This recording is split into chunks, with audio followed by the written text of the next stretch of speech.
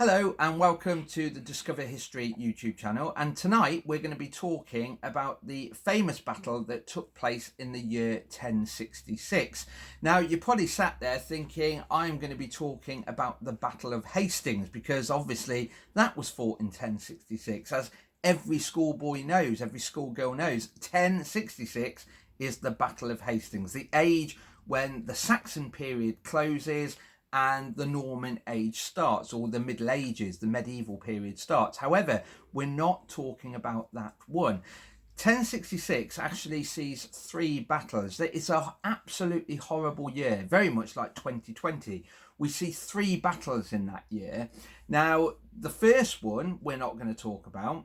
The last battle, Hastings, we're not going to talk about. We're going to talk about the middle battle that took place in that year, and that is the Battle of Stamford Bridge.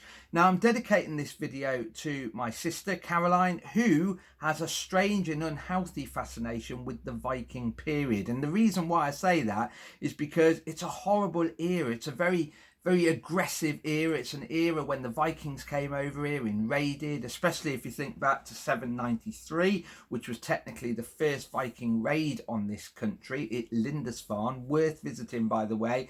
And obviously they even attacked Worcester. They used to come up the River Severn and they raided Worcester many a time. In one case, burning the cathedral to the ground, and at one point Worcester people fled to an island on the river, Beverly Island, but that's a story for another day.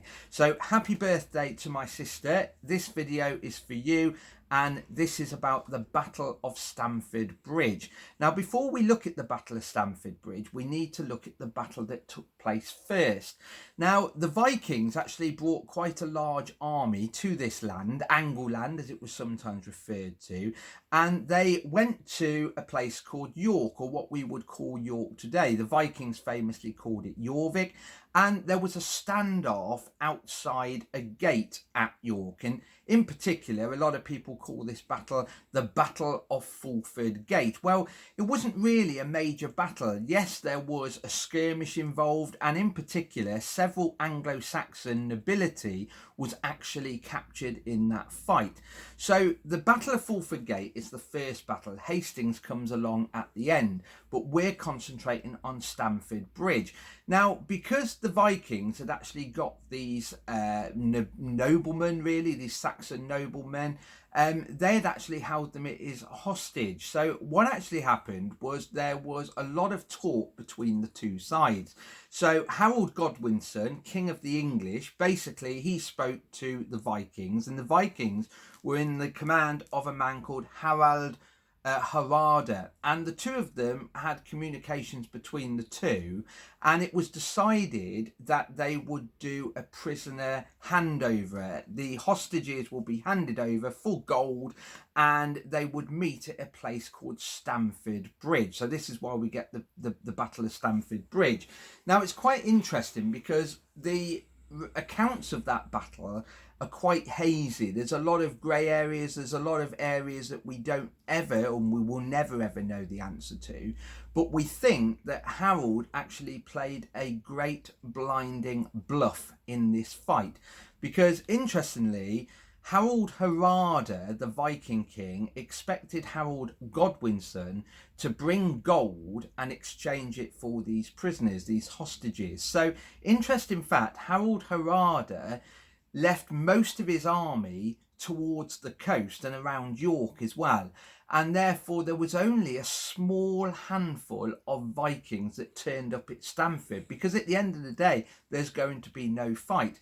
The other interesting thing is Harold Harada thought that because they were only doing a prisoner exchange, technically they didn't need all their weapons and armour. So what you have to think about is Harold Harada's force at the Battle of Stamford Bridge turned up expecting a peaceful handover of hostages and gold. That's what they're expecting.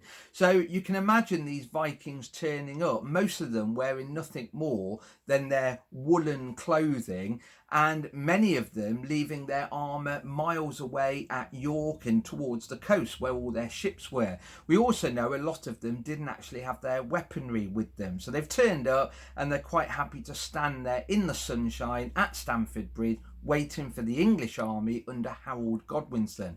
And like I said, I think Harold played a brilliant bluff in this fight, because Harold Harada, when he looks into the distance, could see the English army coming. And the English army was spotted wearing armour and carrying weapons and carrying banners as if ready for war. So you can imagine Harold Harada panicking a little bit, thinking, hang on a minute, why are the Saxons, why is this English army dressed ready for war and turning up as if to have a fight? So Harold Harada must have panicked a little bit.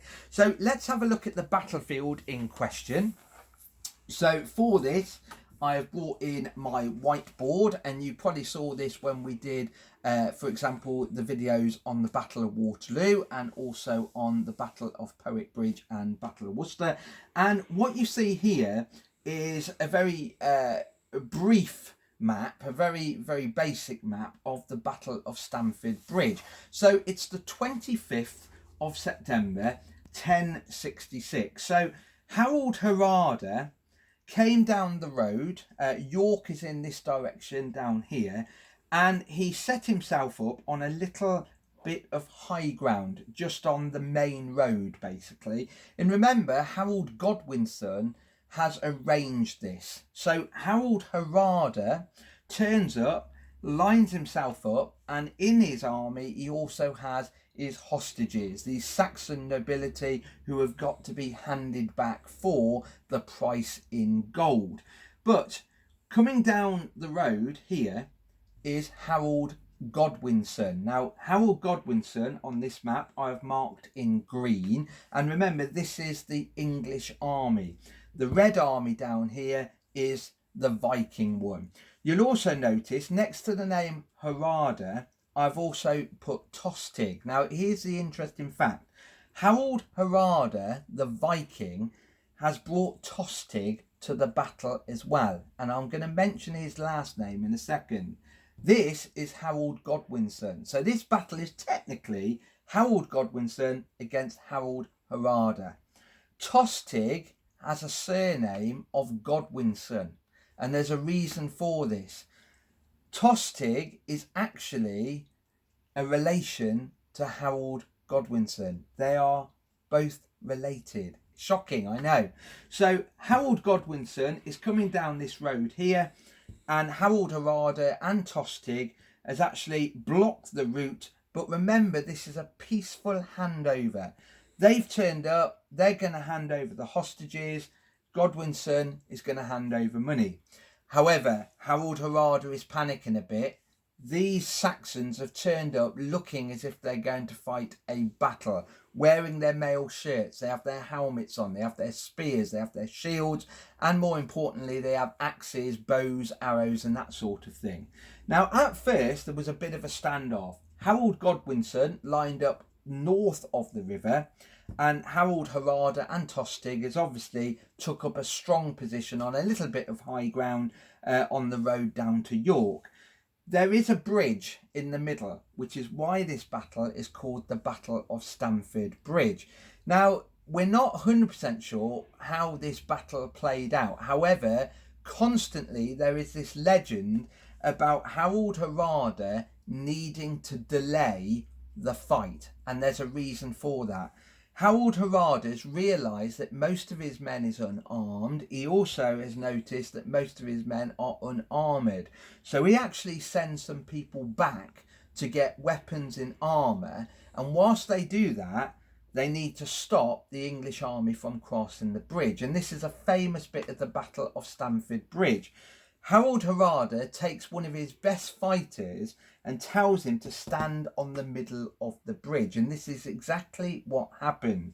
So we have one man stood on the bridge. Now, this man was said to be a giant of a man. So we're talking a very tall person, a very large person, and probably one of only a handful of men that actually had their weapons and armour. So you can imagine this Viking with a helmet, with a mail shirt, a shield in his hand, and carrying a sword and an axe. Now, he stood on that bridge, and we don't really know what happens next. All we know that every attempt the English army made to cross that bridge they were beaten back. So we think what would have happened is some Saxons ran down to the bridge and they were cut down by this Viking stood in the middle of the bridge. Every single time Saxons came down to that bridge, they were cut down. So you can imagine this is becoming farcical. Personally, why didn't they shoot him with an arrow? We don't know. All we know is this Viking was doing very well delaying the English army from crossing that bridge. One thing I haven't mentioned here is the English army was relatively large. We will never know the full numbers, but it was a large, armoured, well-armed force.